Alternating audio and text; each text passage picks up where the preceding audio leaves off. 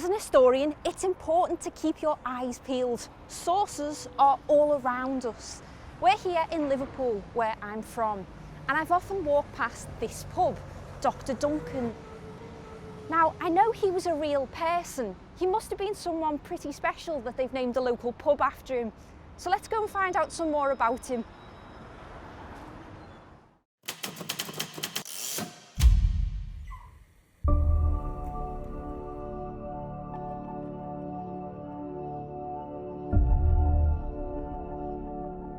Looking around, I can see that Dr. Duncan became Liverpool's first ever medical officer of health in 1847. That's interesting, but I could have found it out elsewhere. What I'm really discovering is evidence of his historical significance. This pub is a great source. It tells us a lot about the status of Dr. Duncan. We can see that he was an important person. The whole pub's themed around Dr. Duncan. There's medicine cabinets everywhere. They've got posters like this which they've made which describe him doing great work for the poor in the city. So we get a little bit of a sense of who this man was, why they've bothered to actually name a pub after him.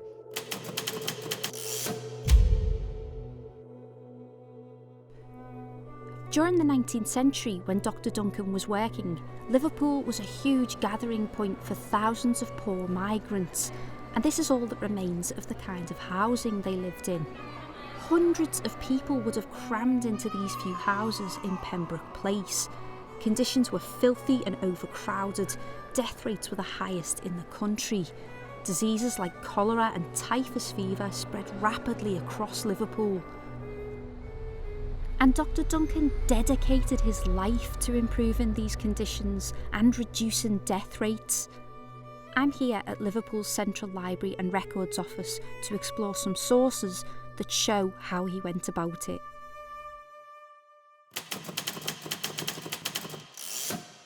I have here a great source. These are some of his early reports on the conditions in Liverpool when it came to public health.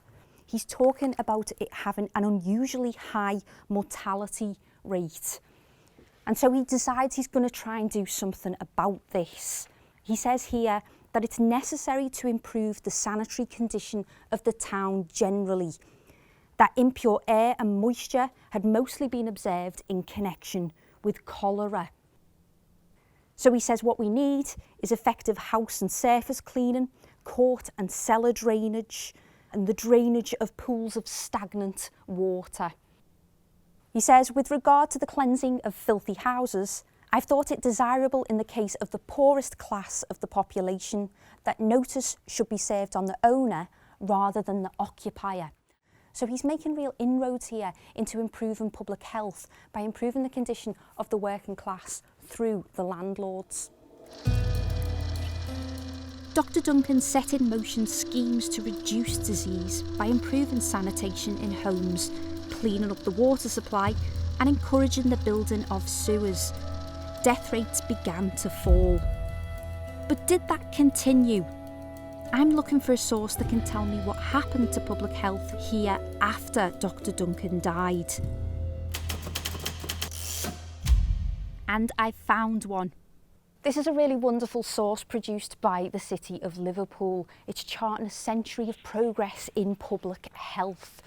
And it starts straight away with Dr. Duncan. It's talking about him as being very innovative.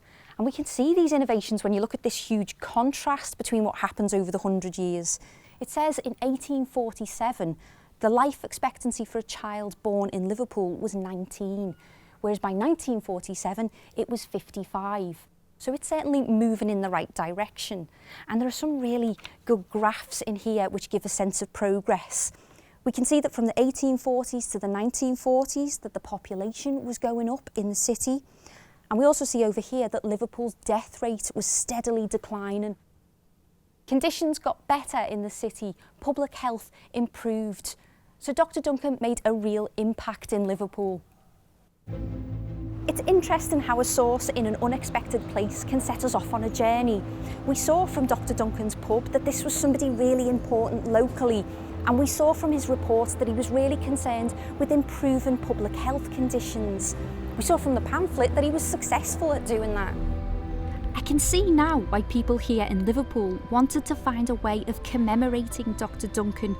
He really did lead the way in transforming the health of this great city. And that's why he's become a feature of Liverpool's landscape.